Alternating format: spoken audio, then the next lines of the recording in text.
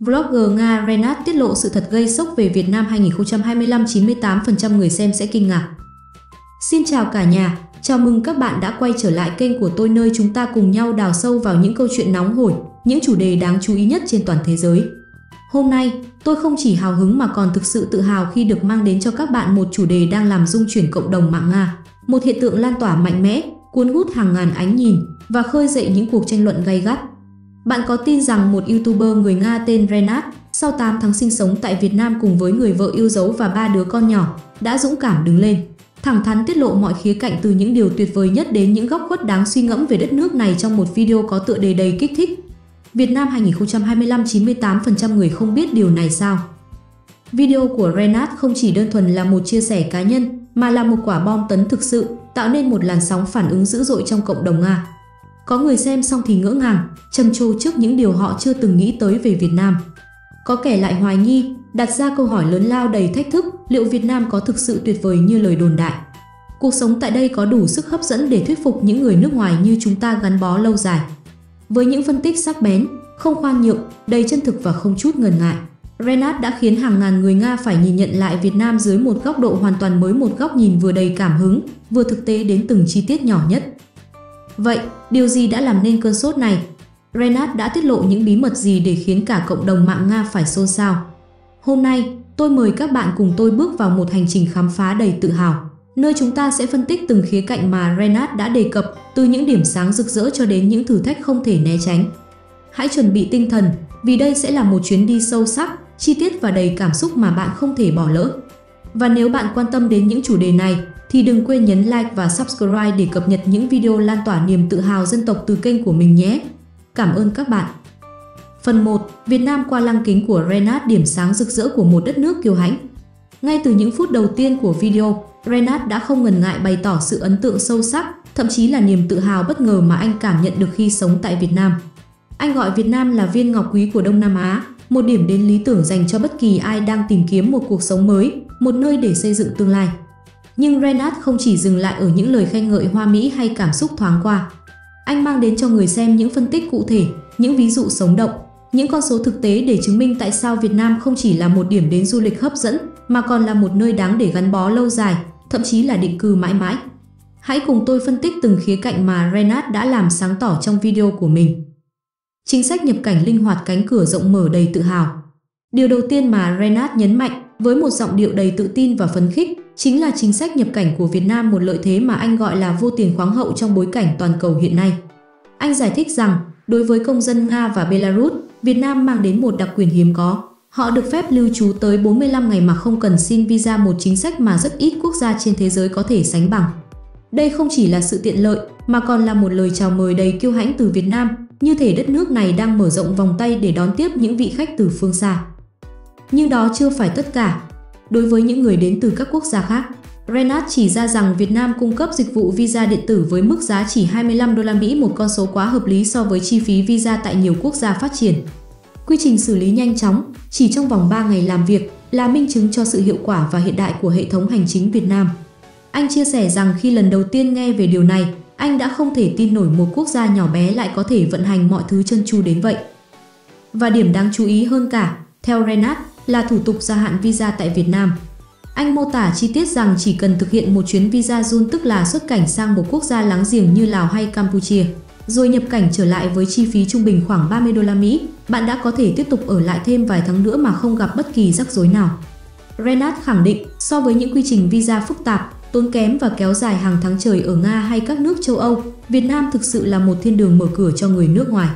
Ở đây, bạn không bị gò bó bởi những rào cản quan liêu, cánh cửa luôn rộng mở.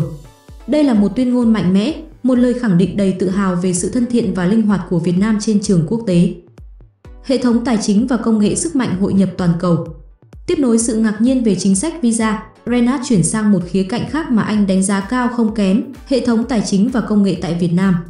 Với giọng điệu đầy phấn khích, anh kể lại trải nghiệm cá nhân khi mở tài khoản ngân hàng tại một chi nhánh ở Nha Trang. Chỉ mất vài giờ đồng hồ, tôi đã có trong tay một tài khoản ngân hàng đầy đủ chức năng, điều mà ở Nga có thể mất cả tuần hoặc hơn, anh nói. Tốc độ và sự đơn giản này khiến anh không khỏi trầm trồ, gọi đó là một bước tiến vượt bậc so với tiêu chuẩn quốc tế.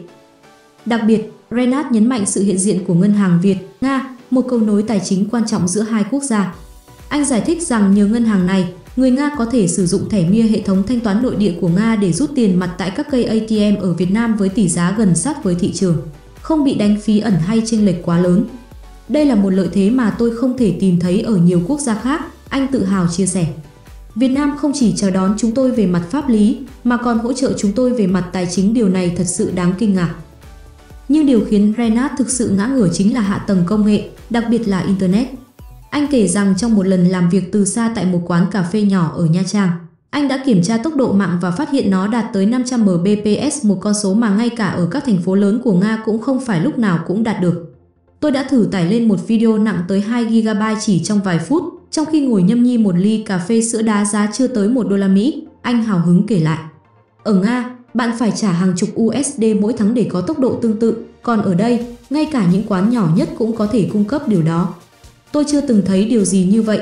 Đối với Renat, đây là minh chứng rõ ràng nhất cho thấy Việt Nam không chỉ là một điểm đến du lịch, mà còn là một trung tâm công nghệ tiềm năng, đáp ứng hoàn hảo nhu cầu của những người làm việc online hay cần duy trì liên lạc quốc tế.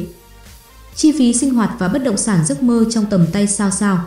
Khi chuyển sang nói về chi phí sinh hoạt, Renat gần như không thể giấu được sự phấn khích trong giọng nói của mình. Anh dành hàng phút trong video để phân tích chi tiết từng khía cạnh, từ tiền thuê nhà, giá thực phẩm, đến chi phí mua bất động sản, những yếu tố mà anh gọi là trò chơi thay đổi hoàn toàn đối với bất kỳ ai đang tìm kiếm một cuộc sống chất lượng cao với mức giá hợp lý. Về tiền thuê nhà, Renat chia sẻ rằng tại các thành phố biển nổi tiếng như Nha Trang hay Đà Nẵng, bạn chỉ cần bỏ ra từ 150 đến 200 đô la Mỹ mỗi tháng để thuê một căn hộ một phòng ngủ khang trang, đầy đủ tiện nghi. Nếu bạn muốn không gian rộng hơn, một căn hộ 2 phòng ngủ chỉ dao động từ 300 đến 400 đô la Mỹ, tùy vào vị trí và chất lượng nội thất, anh nói. Anh so sánh điều này với Nga, nơi mà tại các thành phố lớn như Moscow hay Sưu Tầm, Petersburg, mức giá thuê nhà tương tự có thể cao gấp 3 đến 5 lần. Ở Việt Nam, bạn không chỉ thuê nhà, bạn đang sống trong một không gian mà ở Nga chỉ có thể mơ ước với số tiền đó, anh khẳng định đầy tự hào. Nhưng điều thực sự khiến Renat ngã ngửa là thị trường bất động sản mua bán. Anh kể rằng một người bạn của anh vừa mua một căn hộ 3 phòng ngủ tại khu Oceanus ở Nha Trang với giá chỉ 100.000 đô la Mỹ, một căn hộ đầy đủ nội thất cao cấp, view biển và nằm trong khu vực sầm uất. Ở Nga, với số tiền đó, bạn chỉ có thể mua được một căn hộ nhỏ ở ngoại ô, không tiện nghi, không vị trí đẹp, anh nhấn mạnh. Còn ở Việt Nam, tôi thấy những căn hộ khởi điểm từ 50.000 đô la Mỹ ở Nha Trang, một con số mà tôi chưa từng nghĩ là có thật. Việt Nam biến giấc mơ sở hữu nhà thành hiện thực cho bất kỳ ai dám bước tới. Đây là một tuyên ngôn đầy sức mạnh, một minh chứng sống động cho tiềm năng kinh tế mà Việt Nam mang lại. Ẩm thực và thiên nhiên, sức hút không thể cưỡng lại sao. Cuối cùng trong phần điểm sáng, Renat dành nhiều thời gian để ca ngợi ẩm thực và thiên nhiên Việt Nam, những yếu tố mà anh gọi là vũ khí bí mật khiến anh và gia đình không thể rời xa đất nước này. Về ẩm thực, anh đặc biệt ấn tượng với cà phê, mặt hàng mà Việt Nam tự hào đứng thứ 2 thế giới về xuất khẩu. Một ly cà phê sữa đá chỉ vài nghìn đồng, khoảng 0,2 USD, nhưng hương vị đậm đà, thơm ngon đến mức tôi chưa từng trải nghiệm ở bất kỳ đâu, kể cả ở Nga, anh nói với vẻ tự hào. Tôi đã thử cà phê ở Ý, ở Pháp, nhưng không nơi nào có được sự cân bằng hoàn hảo giữa giá cả và chất lượng như ở Việt Nam. Đây là niềm tự hào của họ, và tôi hoàn toàn bị chinh phục. Về thiên nhiên, Renat không tiếc lời mô tả những bãi biển tuyệt đẹp của Việt Nam, cát trắng mịn, nước trong xanh và những dãy núi hùng vĩ bao quanh. Anh kể về chuyến đi của gia đình mình đến VinWonders ở Nha Trang, một khu giải trí quy mô lớn mà anh gọi là Disneyland phiên bản Việt Nam. Chúng tôi đã dành cả ngày ở đó, từ những trò chơi cảm giác mạnh đến những khu vực khám phá văn hóa. Các con tôi mê mẩn, và tôi cũng không thể tin rằng Việt Nam lại có một nơi tuyệt vời đến vậy, anh chia sẻ. Với Renat, đây không chỉ là lợi thế du lịch, mà là lý do sâu xa khiến anh muốn gắn bó lâu dài với đất nước này. Thiên nhiên và con người ở đây tạo nên một sức hút không thể cưỡng lại, đó là điều mà không một video nào có thể diễn tả hết. Phần 2. Những thử thách tại Việt Nam, mặt trái không thể bỏ qua. Tuy nhiên, Renat không phải là người chỉ biết ca ngợi mà không nhìn vào thực tế. Với sự thẳng thắn đáng khâm phục, anh dành một phần lớn trong video để chỉ ra những thử thách mà người nước ngoài, đặc biệt là người Nga, có thể gặp phải khi sống tại Việt Nam. Đây không phải là những lời chỉ trích tiêu cực, mà là những phân tích thực tế, sắc bén, giúp người xem hiểu rõ hơn về bức tranh toàn cảnh của cuộc sống tại đây. Hãy cùng tôi xem xét từng khía cạnh mà anh đã đề cập. Khoảng cách địa lý và chi phí di chuyển, thử thách lớn đầu tiên, Renat thừa nhận rằng khoảng cách địa lý giữa Nga và Việt Nam là một rào cản không thể xem nhẹ. Từ Moscow đến Hà Nội hay thành phố Hồ Chí Minh, bạn phải bay ít nhất 10 đến 12 giờ, thậm chí hơn nếu có transit, anh giải thích. Chi phí vé máy bay cũng không hề rẻ, một chuyến khứ hồi có thể lên tới 800 đến 1.000 USD, cao hơn nhiều so với các điểm đến quen thuộc như Thái Lan hay châu Âu. Anh chia sẻ rằng bản thân anh và gia đình đã phải cân nhắc kỹ lưỡng trước khi quyết định đến Việt Nam, bởi đây là một khoản đầu tư lớn về cả thời gian và tiền bạc.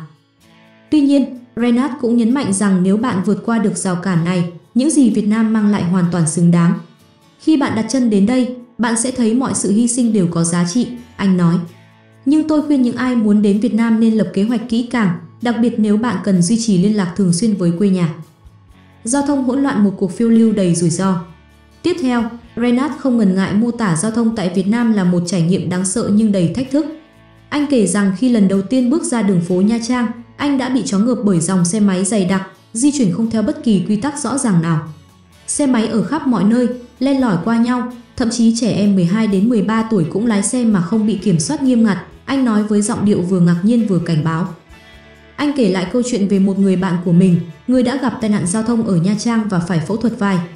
May mắn là chi phí y tế ở đây rất thấp, chỉ vài trăm USD cho toàn bộ quá trình điều trị, nhưng vụ việc đó vẫn để lại ấn tượng mạnh về sự nguy hiểm, anh chia sẻ. Renat còn cảnh báo thêm về việc bị cảnh sát giao thông dừng lại.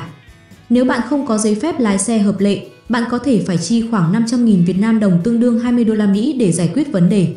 Ở Nga, giao thông được kiểm soát chặt chẽ hơn nhiều, còn ở Việt Nam thì giống như một cuộc phiêu lưu không ngừng nghỉ. Với Renat, đây là một điểm trừ mà bất kỳ người nước ngoài nào cũng cần chuẩn bị tinh thần trước khi đến. Tiếng ồn và sự khác biệt văn hóa, thử thách thích nghi sao. Một thử thách khác mà Renat đề cập là mức độ tiếng ồn tại Việt Nam. Anh mô tả rằng ở nhiều quán cà phê hay nhà hàng, tiếng karaoke vang lên không ngừng, đôi khi lớn đến mức khó chịu. Có những ngày tôi chỉ muốn ngồi yên tĩnh để làm việc hoặc thư giãn, nhưng điều đó gần như không thể, anh nói. Tuy nhiên, anh cũng ghi nhận rằng sau 11 giờ đêm, hầu hết các khu vực đều trở nên yên ắng hơn, đặc biệt ở những thành phố nhỏ như Nha Trang. Đây là sự khác biệt văn hóa mà người Nga vốn quen với sự tĩnh lặng cần thời gian để thích nghi, anh kết luận. Nguy cơ sức khỏe từ thực phẩm, lưu ý quan trọng sao. Cuối cùng, Renat cảnh báo về nguy cơ ngộ độc thực phẩm, một vấn đề mà anh cho rằng không thể bỏ qua. Anh thừa nhận rằng đồ ăn Việt Nam rất tươi ngon và giá rẻ, rau củ quả chỉ 1 đô la Mỹ cho một rổ lớn, nhưng không phải nơi nào cũng đảm bảo vệ sinh. Anh kể rằng bản thân từng bị ngộ độc sau khi ăn tại một quán do người Nga mở, nơi sử dụng nguyên liệu đông lạnh thay vì đồ tươi sống như các quán địa phương. Tôi khuyên mọi người nên chọn những nơi uy tín, luôn rửa tay sạch sẽ và cẩn thận với đồ ăn đường phố, anh nói. Đây là một lưu ý quan trọng mà anh dành cho bất kỳ ai muốn sống lâu dài tại Việt Nam. Phần 3. Việt Nam đáng sống lâu dài hay không? Sau khi cân nhắc cả những điểm sáng rực rỡ và những thử thách thực tế, Renat đưa ra một góc nhìn cân bằng, sâu sắc về việc sống tại Việt Nam. Anh không chỉ chia sẻ trải nghiệm cá nhân mà còn phân tích lý do tại sao đất nước này có thể trở thành nhà của nhiều người nước ngoài, đặc biệt là người Nga. 1. Cơ hội kinh doanh rộng mở, tiềm năng vô hạn sao. Renat đặc biệt ấn tượng với sự dễ dàng khi kinh doanh tại Việt Nam. Anh kể rằng nhiều người Nga đã mở các dịch vụ như quán ăn, tiệm làm đẹp, thậm chí là trường dạy tiếng Anh mà không cần giấy phép chính thức. Chính quyền ở đây rất linh hoạt, họ không can thiệp quá nhiều như ở Nga, nơi bạn cần hàng tá giấy tờ chỉ để mở một tiệm nhỏ, anh nói. Với anh, đây là lý do lớn khiến Việt Nam trở thành điểm đến lý tưởng cho những ai muốn khởi nghiệp với chi phí thấp.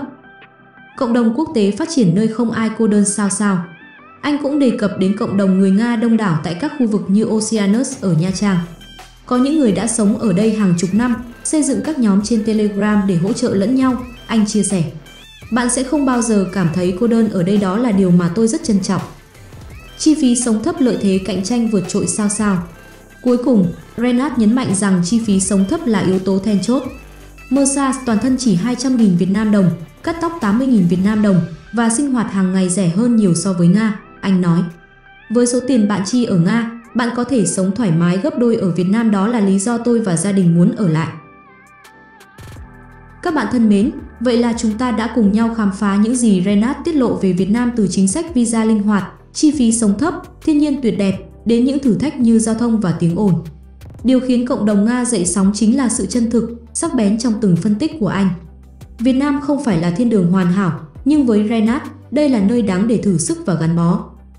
Bạn nghĩ sao về những chia sẻ này? Hãy để lại ý kiến trong phần bình luận. Bạn thích điều gì nhất hay có trải nghiệm nào muốn chia sẻ?